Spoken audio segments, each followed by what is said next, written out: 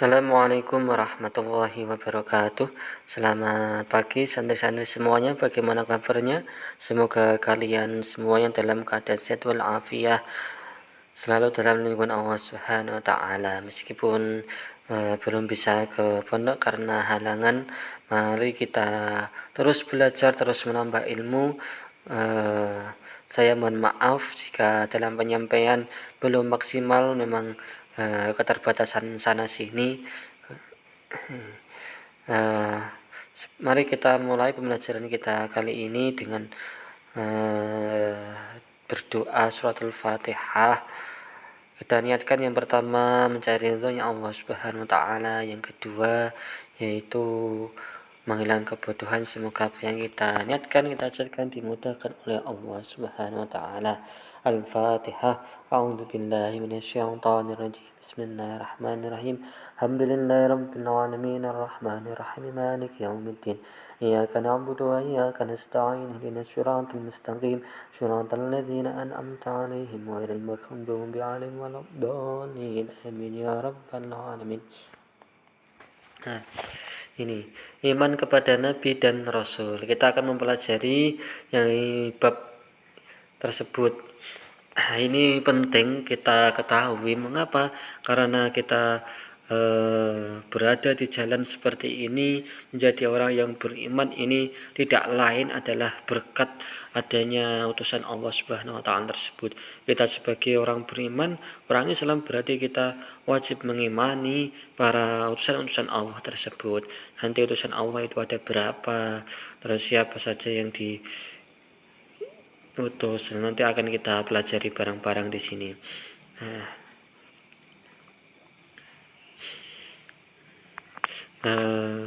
Untuk subbab yang kita pelajari pada bab iman kepada para rasul, ini adalah pertama pengertian iman kepada para rasul.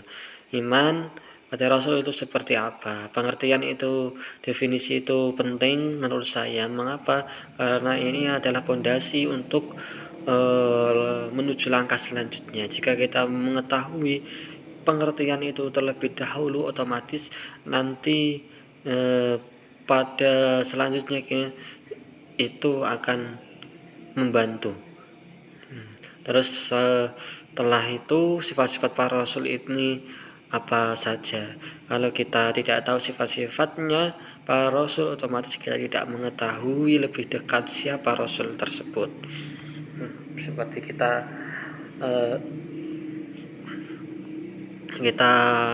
tahu seseorang, ingin mengetahui lebih dekat seseorang, maka kita harus tahu sifat-sifatnya itu seperti apa, sifatnya itu bagaimana, itu wajib kita ketahui.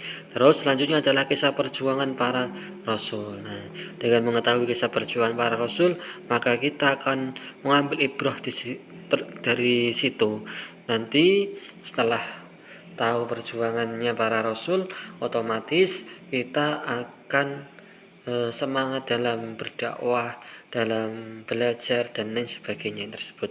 Terus tugas para rasul itu apa saja? Apakah cuma hanya menyampaikan wahyu ataukah ada tugas yang lainnya? Terus kemuliaan Rasul Ulul Azmi ini bagaimana? Yang dimaksud Rasul Ulul Azmi itu seperti apa, dan siapa saja yang disebut Rasul Ulul Azmi? Apakah 25 itu semuanya ataukah cuma berapa? Nanti kita pelajari di sini. Ada kisah umat dahulu yang durhaka dan dusta, ini dampaknya seperti apa. Dengan kita mengetahui, maka kita bisa mengambil ibrah tersebut.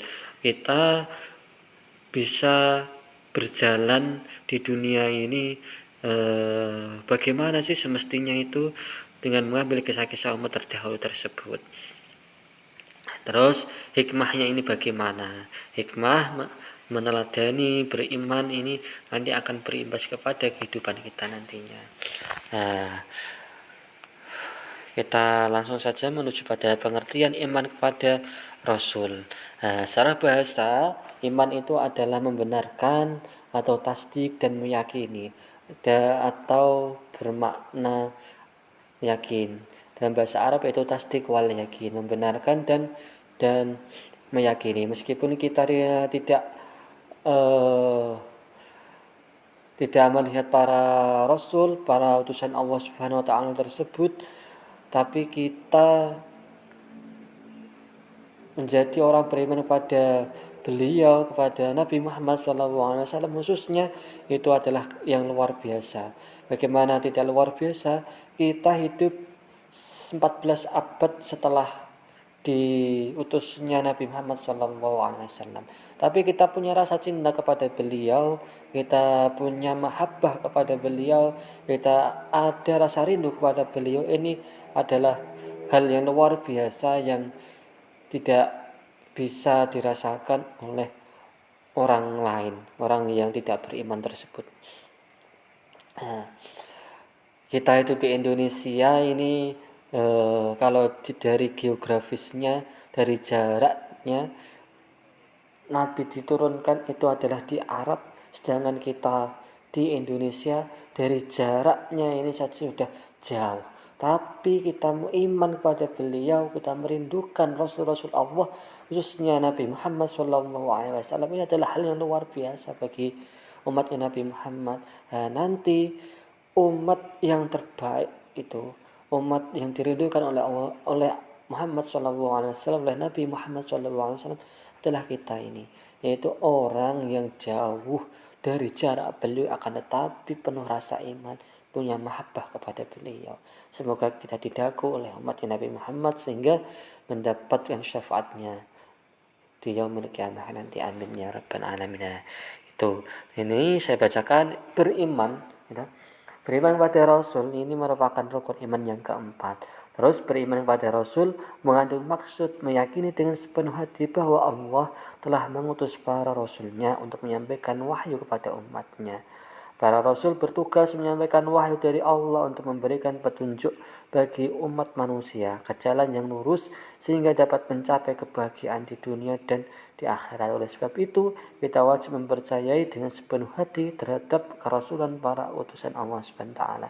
Nah, tuh Rasul ini diutus itu tidak lain adalah merubah minaz zulumat ilan nur, merubah dari yang asalnya itu tidak bercahaya, dari kegelapan menuju terang benderang tersebut. Ibaratnya seperti ini, dunia itu gelap, ya kan? Kita berada di ruangan, dunia kita ibaratkan dalam ruangan tersebut dalam keadaan gelap gulita, tidak ada cahaya di situ. Nah, otomatis orang yang berada di ruangan tersebut membutuhkan cahaya supaya bisa menunjukkan arah, bisa keluar dari kegelapan itu. Mana sih pintu ini untuk keluar? Ya, di situ. Cahaya itu adalah Rasul dan ruangan itu adalah dunia ini. Ya, tanpa ada cahaya, otomatis manusia-manusia tersebut tidak bisa mendapatkan petunjuk untuk keluar, untuk mencapai kebahagiaan tersebut. Itulah fungsi dari Rasul yang diutus oleh Allah SWT kepada manusia. Maka kita beriman ini, kita wajib pada beliau, kita mengetahui yang baik, yang buruk, yang hak, yang batil, yang haram, yang halal.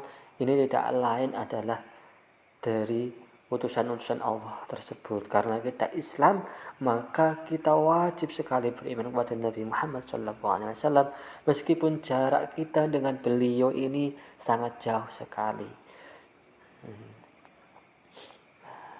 Alhamdulillah ada ulama-ulama yang menuduhkan kita, yang menunjukkan kita selalu beriman kepada Rasulullah SAW dan kepada para nabi-nabi terdahulu, seperti itu. Nah, wajib ya kita iman, kalian harus beriman kepada beliau-beliau. Terus bukti bahwa Allah ini menurunkan Rasul ini apa? Nah, salah satunya ini adalah pada Quran surat Ali Imran ayat 164, saya bacakan.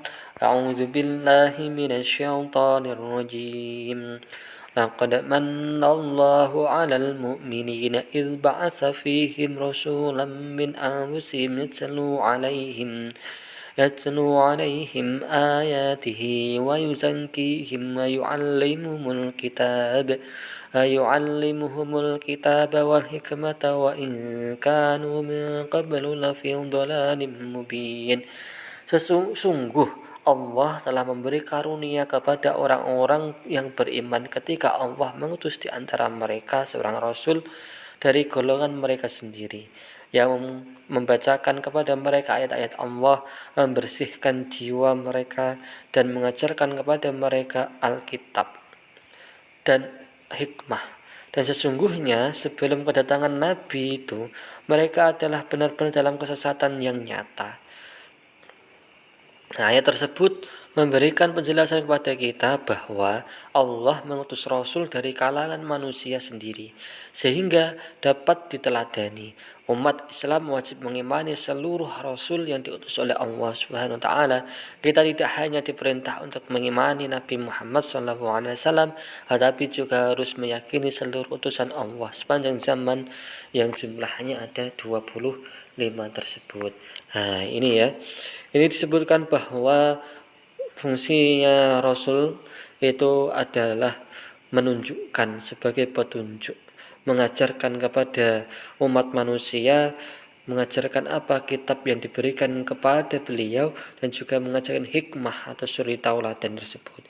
Sesungguhnya jika tidak ada Rasul, dibaratkan bahwa dunia ini akan sesat, akan penuh dengan zaman yang jahiliyah yang tidak teratur seperti itu.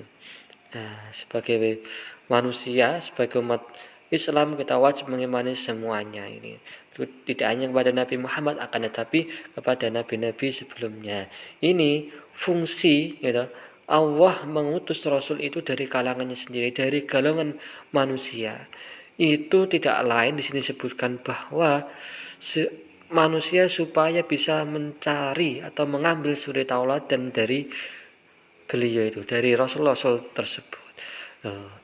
Ibarat seperti ini, jika Rasul ini diciptakan dari cahaya, nanti kita bisa membantah, Rasul kan dibuat dari cahaya, berbeda dengan kita yang dibuat dari tanah liat. Nanti kan seperti itu. Fungsi Allah menciptakan Rasul dari golongan manusia yang sejenis dengan manusia dari tanah liat ini. Dan seperti itu, jika ada bantahan maka tidak bisa. Kenapa ya? Karena yang diciptakan dari jenis yang sama ini bisa beriman, bisa memahami ayat Allah, mempunyai kelebihan tersebut, maka orang yang dibawanya ini akan bisa terbawa oleh ajakannya nabi-nabi tersebut. Meskipun hidayah itu adalah datangnya dari Allah Subhanahu wa taala, tapi nabi dan rasul terus berusaha untuk meyakinkan bahwa ini loh jalan yang benar yang harus diimani oleh umat manusia, seperti itu. Nah, seperti yang saya jelaskan tadi, bahwa ibarat di dunia, ya kan? Ibarat di dunia, di ruangan itu gelap tidak ada cahaya. Itulah dunia. Misalnya tidak ada Rasul, maka orang itu dalam keadaan kesesatan, senggol sana senggol sini, pada protes, pada bertengkar, pada cekcok. Maka harus ada cahaya yang menunjukkan jalan yang benar ini, menunjukkan jalan keluar ini. Itulah Rasul di situ. Rasul ada sebagai cahaya yang menunjukkan manusia kepada jalan yang lurus, yang benar. Ini kita masuk kepada tugas para rasul. Tugas para rasul yang pertama adalah sebagai pembawa ajaran tauhid yang benar, yakni mengesahkan Allah dan meluruskan kembali ajaran tauhid yang sesat di kalangan kaumnya. Terus sebagai pembawa kabar gembira bahwa hamba-hamba Allah yang taat kelak akan mendapatkan balasan kebaikan di surga. Sebagai pemberi peringatan bahwa manusia yang ingkar berbuat kejahatan, maksiat, dan menganiaya akan mendapatkan balasan di neraka. Terus yang terakhir, membina kehidupan manusia agar menerapkan akhlak yang mulia. Nah, memang ya kan, memang jaraknya nabi satu ke nabi berikutnya itu ada jarak yang lama, meskipun ada nabi yang jaraknya itu dekat sekali. Nah, di sini nabi sebagai fungsinya, sebagai tugasnya itu adalah membawa ajaran tauhid yang benar, yakni mengisahkan Allah dan meluruskan kembali ajaran tauhid yang sesat di kalangan kaumnya, seperti Nabi Muhammad, ya kan? Karena jaraknya Nabi Muhammad dengan Nabi Isa dengan Nabi Muhammad ini sangat jauh, otomatis ada kaum-kaum yang sudah tidak beriman lagi kepada Nabi Isa, dan juga ajaran-ajarannya itu sudah menyeleweng seperti itu. Otomatis fungsi Nabi setelah Nabi Isa itu adalah meluruskan jalan-jalan yang telah ditempuh, jalan yang sudah dilakukan, ajaran yang sudah dilakukan oleh umatnya Nabi Isa yang sudah meleweng tadi. Otomatis sebagai orang beriman kepada Nabi Isa itu otomatis pasti di kitabnya tadi itu disebutkan bahwa akan ada Rasul sebelum, pasti akan ada Rasul setelah Nabi Isa ini. Ya, seperti itu. Buktinya adalah ketika Nabi Muhammad SAW ini berdagang ke kota Sam bersama pamannya, di situ bertemu dengan pendeta Ahlul Kitab yaitu Bukhaira. Ketika bertemu pendeta Bukhaira ini, Ahlul Kitab ini, beliau menyarankan bahwa cucunya atau anaknya ini yang dibawa ini disuruh dibawa pulang saja. Mengapa? Karena Ahlul Kitab ini,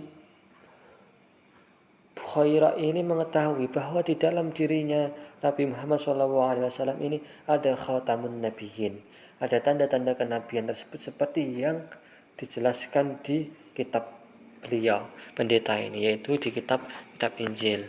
Nah, itu adalah bukti bahwa di kitab Injil itu disebutkan bahwa akan ada nabi yang akan menyempurnakan ajarannya Nabi Isa alaihissalam. Terus bagaimana dengan umatnya nabi-nabi terdahulu? Nah, itu ya, sebelum adanya nabi setelahnya, terus dia mengikuti ajarannya nabi tersebut, berarti dia adalah berada di jalan yang benar. Terus setelah meninggalnya masih terjadi kekosongan, terus masih mengimani dan masih menjalankan ajarannya nabi tersebut, nah itu berarti beliau atau umatnya itu masih beriman, kecuali setelah ditinggal terus dia ingkar, tidak berada pada jalannya. Nah, maka itu bisa dinamakan kufur. Nah, seperti itu.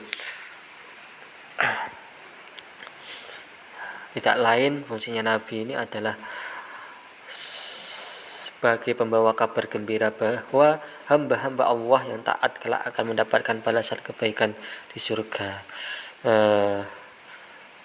Basyir, ya,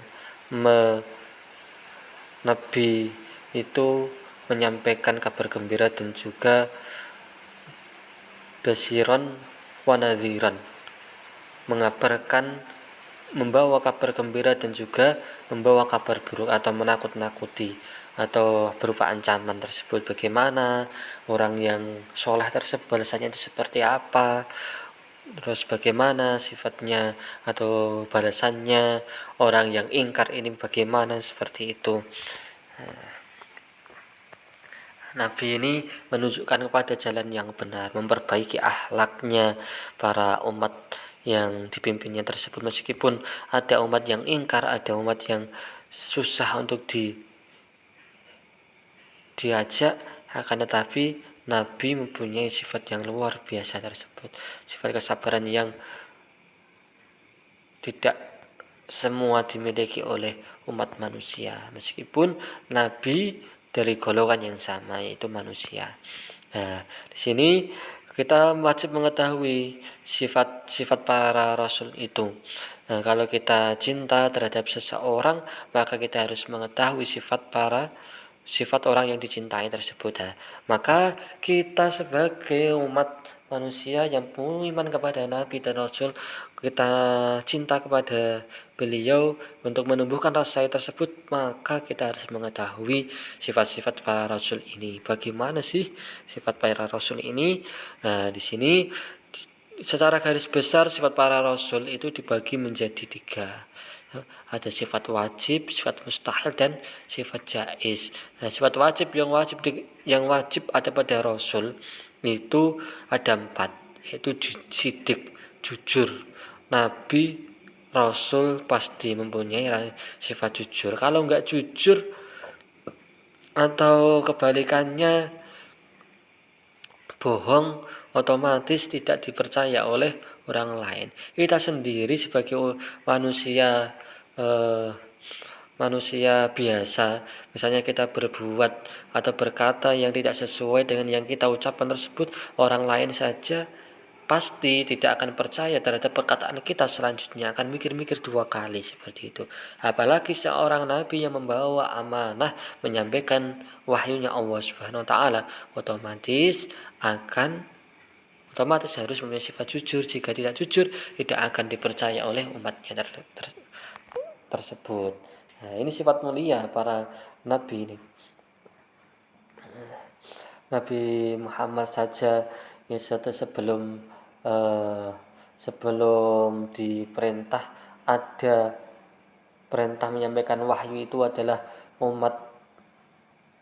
umatnya atau kaum Arab itu, masyarakat Arab itu sangat menghormati beliau. Dalam menghormati sifat beliau, yaitu terkenal dengan jujur, terkenal dengan amanah.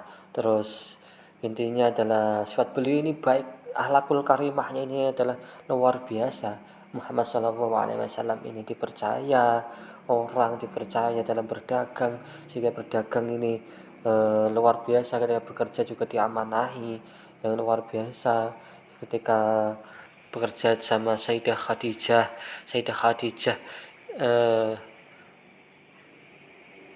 merasa bangga kepada beliau karena akhlaknya beliau, akhirnya dijadikan suaminya, dilamar oleh Sayyidah Khadijah ini. Selain jujur, Nabi itu harus mempunyai sifat amanah, itu dapat dipercaya. Pasti jika tidak dapat dipercaya, maka akan bagaimana bisa menyampaikan wahyunya Allah Subhanahu wa taala seperti itu. Tabligh wajib menyampaikan apa yang dikabarkan oleh Allah Subhanahu wa taala kepada umatnya, harus disampaikan, tidak disembunyikan, tidak untuk dirinya sendiri. Ini luar biasa ini. Kalau kita sendiri misalnya dikasih kabar baik, misalnya untuk kebaikan manusia, itu kadang itu kita sendiri untuk kita pendam, wah lumayan ini, biar yang dapat balasan biar saya saja. Kan seperti itu. Tapi para rasul enggak seperti itu. Apa yang dikabarkan oleh Allah Subhanahu wa taala harus disampaikan kepada umatnya. Tuh, supaya supaya sama-sama menuju jalannya Allah Subhanahu wa taala dengan selamat. Nah, ini penting. Harus kita tiru sebenarnya sifat tabligh ini, menyampaikan kabar-kabar yang baik ini harus disampaikan, tidak kita pendam. Tadus bi nikmah. Kalau kita mendapatkan nikmat itu kita nikmat yang baik kita sampaikan, kita salurkan, kita sedekahkan seperti itu. Terus selain tabligh, selain 3 tadi, ada sifat 4 yang wajib ini, cerdas ya. Ini wajib ada pada Rasul. Jika Nabi dan Rasul ini mempunyai sifat bodoh, bagaimana menjelaskan wahyunya Allah SWT, bagaimana berjidal atau berdebat dengan para umat-umat yang penuh dengan pertanyaan, yang sulit untuk diajak seperti itu, otomatis harus mempunyai sifat cerdas supaya yang diajak berdebat, supaya yang diajak berbicara ini akan terkesan dengan nabi atau rasul tersebut. Nah, itu sifat wajib yang ada pada rasul. Ada sifat mustahil atau kebalikan dari sifat wajib ini, apa yaitu kadzib bermakna bohong, khianah, tidak dapat dipercaya, kitman atau menyembunyikan, balada berarti bodoh. Nah, itu. Sifat jaiz yang bisa ada dan bisa tidak ada pada rasul itu apa? Itu al-aradul basyariyah, yaitu bersifat dan berperilaku sebagai kebiasaan manusia ini. Jaiz itu bahwa nabi itu ya layaknya seperti manusia, ya butuh makan, lapar, haus, dan lain sebagainya, butuh tidur, butuh istirahat. Nah, itu rasul itu seperti itu. Nah, setelah mengetahui sifat-sifat para rasul, tugas, maka kita masuk pada rasul ulul azmi ini. Nah, sebelum itu rasul yang wajib kita imani itu ya ada 25, dari Nabi Adam, Idris, Nuh, Hud, Soleh sampai Nabi Muhammad SAW.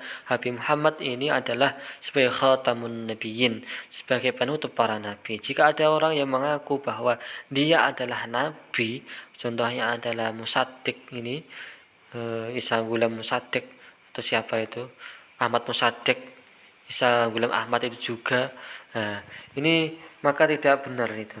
Tidak benar, maka kita sebagai umatnya Nabi Muhammad maka jangan percaya terhadap omongan-omongannya.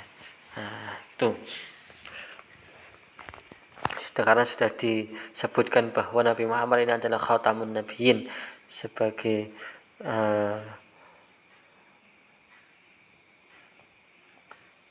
nabi terakhir, penutup para nabi.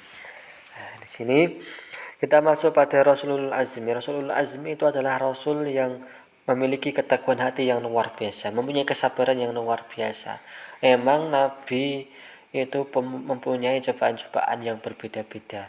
Nah, di sini disebutkan dipilih Rasulul Azmi itu adalah rasul yang mempunyai keteguhan yang luar biasa. Mendapatkan cobaan dari umatnya tersebut yang berbeda dengan cobaan-cobaan umatnya nabi-nabi lain. Nah, Rasulullah Azmi ada 5. Di sini disebutkan bahwa Rasulullah Azmi ada Nabi Nuh alaihissalam, Nabi Ibrahim, Nabi Musa, Nabi Isa, Nabi Muhammad SAW, atau bisa disingkat Nimim. Nim, Mim, N itu Nuh, I itu Ibrahim, M itu Musa, I itu Isa, M itu Muhammad. Nabi Nuh alaihissalam diberi mujizat oleh Allah, dapat membuat perahu yang sangat besar yang dapat memuat semua umatnya yang beriman pada Allah dan semua jenis hewan yang hidup pada zaman tersebut, yang sepasang-sepasang tersebut. Ini Nabi Nuh alaihissalam ini diberi cobaan oleh Allah Subhanahu wa taala, bahwa keluarganya sendiri, istri dan anaknya ini ingkar terhadap wahyu yang disampaikan oleh Nabi Nuh ini. Akhirnya karena sudah beratus-ratus tahun beliau berdakwah, susah untuk dikasih tahu, maka ada cobaan dari Allah Subhanahu wa taala, banjir bandang tersebut. Akhirnya Nabi Nuh disuruh oleh Allah untuk membuat perahu yang luar biasa ini, perahu yang sangat besar untuk menyelamatkan para umatnya yang beriman tadi itu. Meskipun sudah diingatkan bahwa akan ada azab dari Allah Subhanahu wa taala, semua umatnya itu disuruh naik perahu, akan tetapi tidak percaya. Ya udah, akhirnya termasuk istri dan anaknya ini hanyut ditelan banjir tersebut, dan hewan-hewan dan orang-orang beriman ini masuk pada perahu Nabi Nuh, akhirnya selamat. Terus Nabi Ibrahim alaihissalam, mujizat yang diberikan oleh Allah kepada Nabi Ibrahim alaihissalam adalah tidak terbakar oleh api ketika dibakar oleh Raja Namrud. Nabi Musa alaihissalam, mujizat yang diberikan oleh Allah kepada Nabi Musa adalah tongkatnya dapat berubah menjadi ular raksasa, tangannya dapat mengeluarkan cahaya jika diminta bukti atas kerasulannya, serta dapat membelah laut merah menjadi jalan ketika dikejar oleh Raja Fir'aun dan bala tentaranya. Terus Nabi Isa alaihissalam, mujizat yang diberikan oleh Allah kepada Nabi Isa alaihissalam adalah dapat mengobati berbagai macam penyakit yang sulit disembuhkan, membuat burung dari tanah, dan dapat menghidupkan orang yang sudah meninggal walaupun sebentar. Nabi Muhammad, mujizat yang diberikan oleh Allah kepada beliau apa?